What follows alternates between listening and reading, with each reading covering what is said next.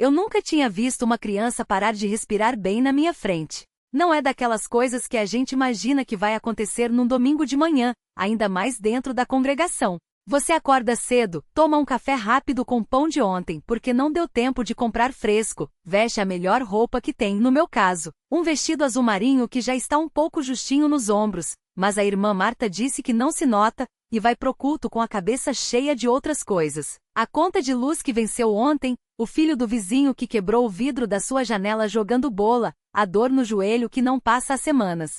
Não é dia de pensar em morte. Ainda mais de criança. O templo estava cheio como sempre. Aquele cheiro de madeira envernizada misturado com o perfume barato das irmãs mais velhas e o suor dos homens que já tinham trabalhado antes de vir. O irmão Paulo, que toca o órgão, errou 2 vezes a música de abertura, mas ninguém reclamou. A gente já está acostumado.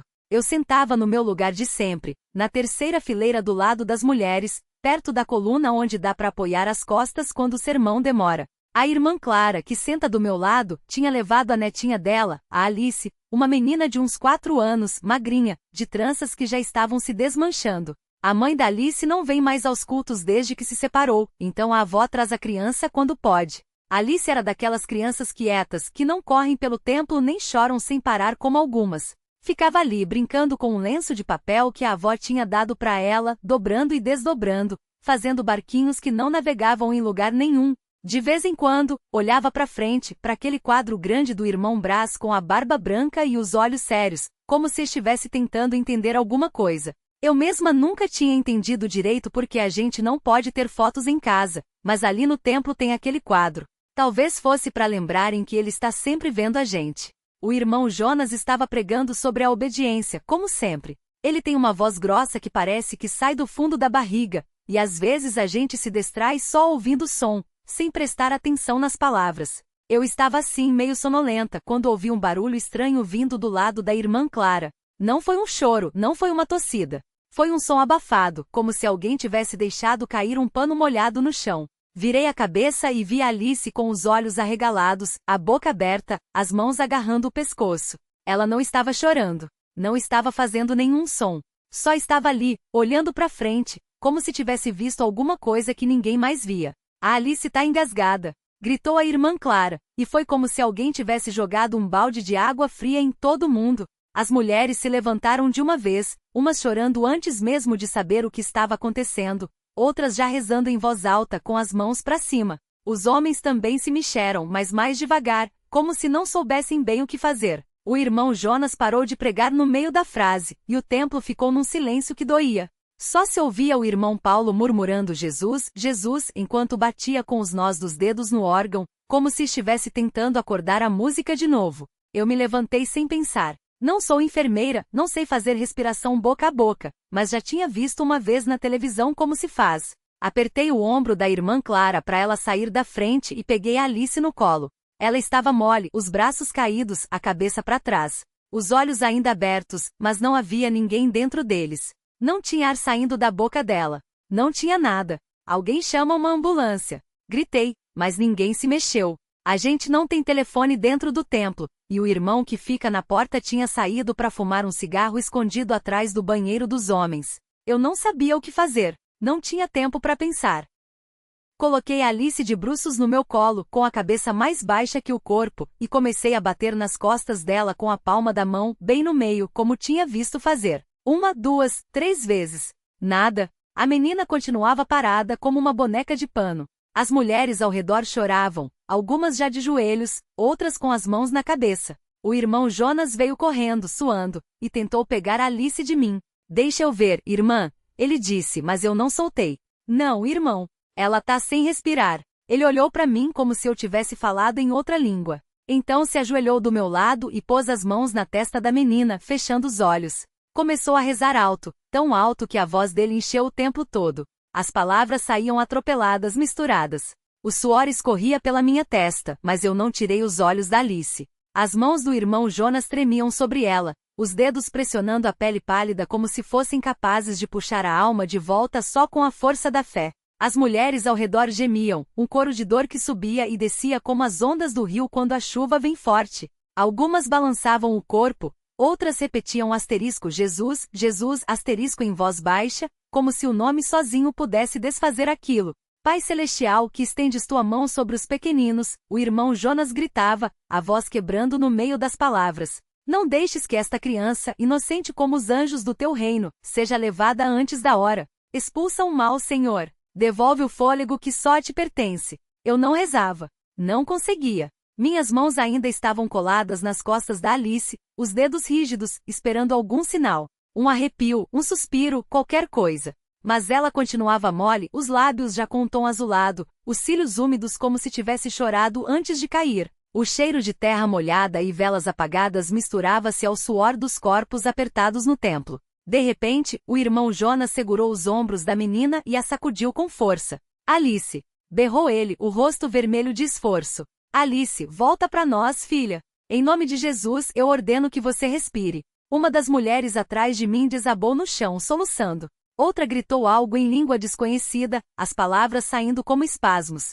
Eu fechei os olhos por um segundo, apertei os dentes. Não ia deixar ela ir. Não assim. Precisa de ar, falei, mais para mim mesma do que para ele. Tá entupido.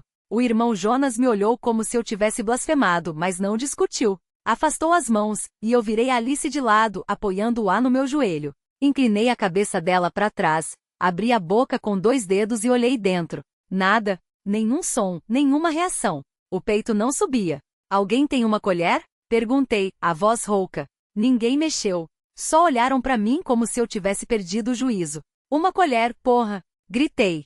O irmão Jonas recuou, chocado. Ninguém xingava dentro do templo. Mas uma mulher mais velha de vestido remendado, enfiou a mão no bolso do avental e me estendeu uma colher de pau pequena e gastada. Peguei sem agradecer. Enfiei na boca da Alice, empurrei a língua para baixo com cuidado. Nada. Tirando a colher, vi que a garganta dela estava limpa, sem nada obstruindo. Mas os pulmões não se enchiam.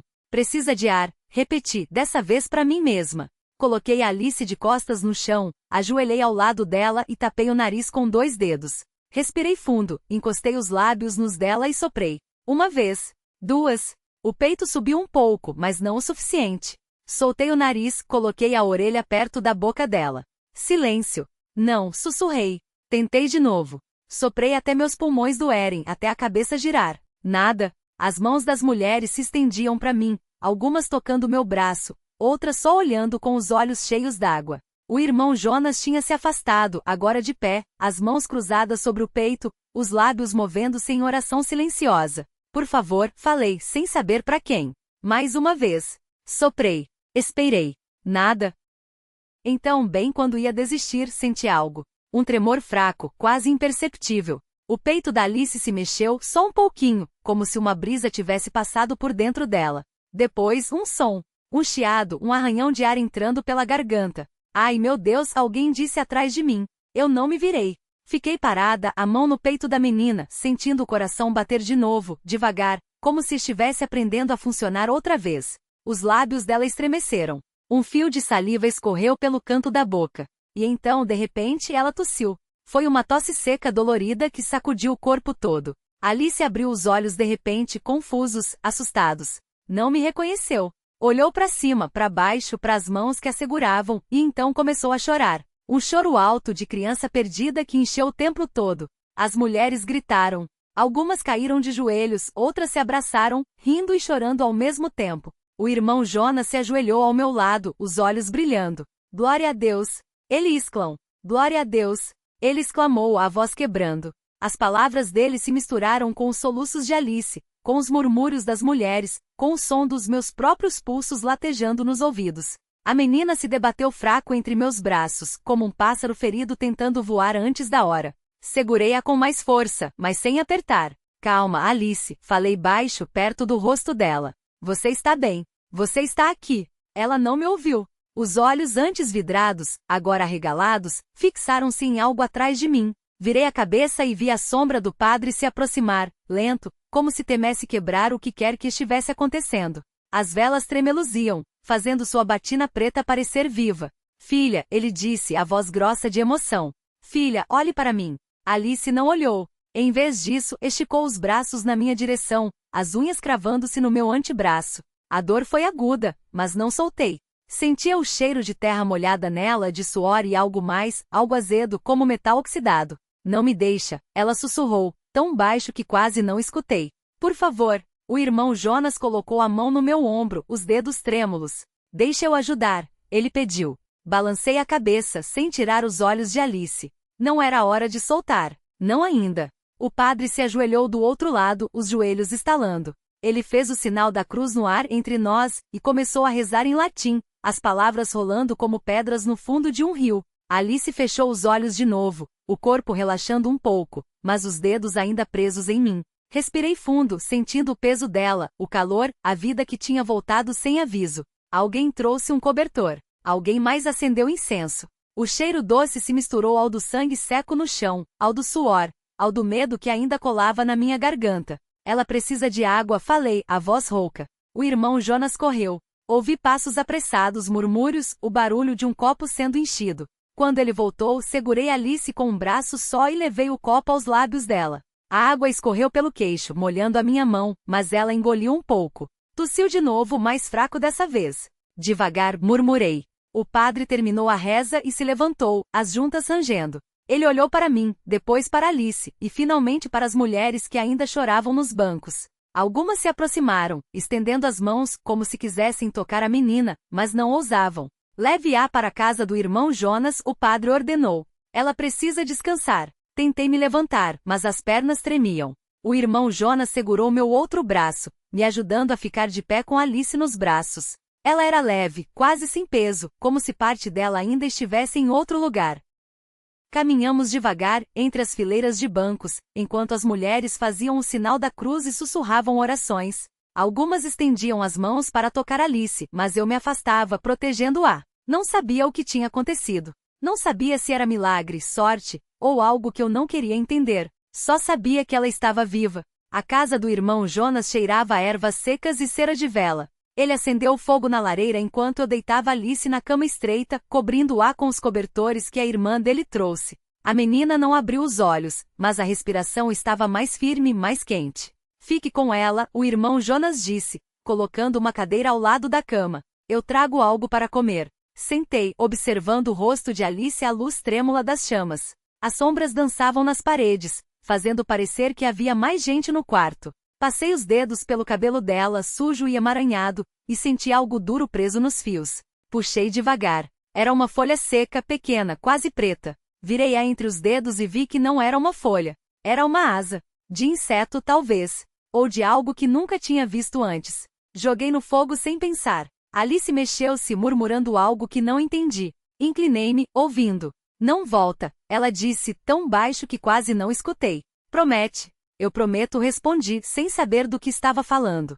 Ela segurou minha mão, os dedos gelados. Então finalmente adormeceu. Fiquei ali, ouvindo o crepitar das chamas, o vento batendo nas paredes de madeira, o som da minha própria respiração. Do lado de fora, as vozes das pessoas ainda ecoavam, excitadas, assustadas, gratas. O fogo estava baixo quando Alice abriu os olhos de novo. Não se mexeu, só ficou me olhando, como se tentasse lembrar onde estava. Ou quem eu era. Água. Ela pediu, a voz rouca. Levantei. Peguei a caneca de estanho que deixei perto da lareira e servi um pouco do balde. A água estava fria, quase gelada. Segurei sua cabeça enquanto ela bebia, devagar, engolindo com dificuldade. Um fio escuro escorreu pelo canto da boca. Não perguntei. Ela recostou-se, respirando fundo. Onde estamos? Na minha casa. Ou no que sobrou dela. Alice tocou o próprio rosto, como se esperasse encontrar algo diferente. Os dedos tremiam. Eles vieram, murmurou. Você viu? Assenti, mesmo sem entender direito. Vi sim. Vi o céu rachar, vi as pessoas correndo, vi o medo estampado em cada rosto. Vi o que sobrou quando tudo acabou. Você estava no meio da estrada, falei. Sozinha. Ela fechou os olhos, como se isso doesse. Não estava sozinha. Esperei, mas ela não disse mais nada. O silêncio ficou pesado, cheio daquilo que não era dito. Do lado de fora, os gritos tinham diminuído, mas ainda se ouvia o barulho de passos apressados, vozes chamando uns aos outros. Alguém bateu na porta, hesitou, depois se afastou. Precisamos sair daqui. Alice abriu os olhos de repente, a voz mais firme. Antes que voltem. Quem? Ela não respondeu. Em vez disso, tentou se levantar, mas as pernas não a sustentaram. Caí de joelhos ao lado dela, segurei seus ombros. Você não está em condições. Não tenho escolha. Havia algo nos olhos dela que não estava ali antes. Algo duro, como se uma parte sua tivesse sido arrancada à força e substituída por outra coisa. Uma coisa que não era humana. O que aconteceu com você? Perguntei, sem conseguir evitar. Alice segurou meu pulso com uma força que não combinava com seu estado. As unhas afundaram na minha pele. Eles levaram tudo, sussurrou. Menos isso.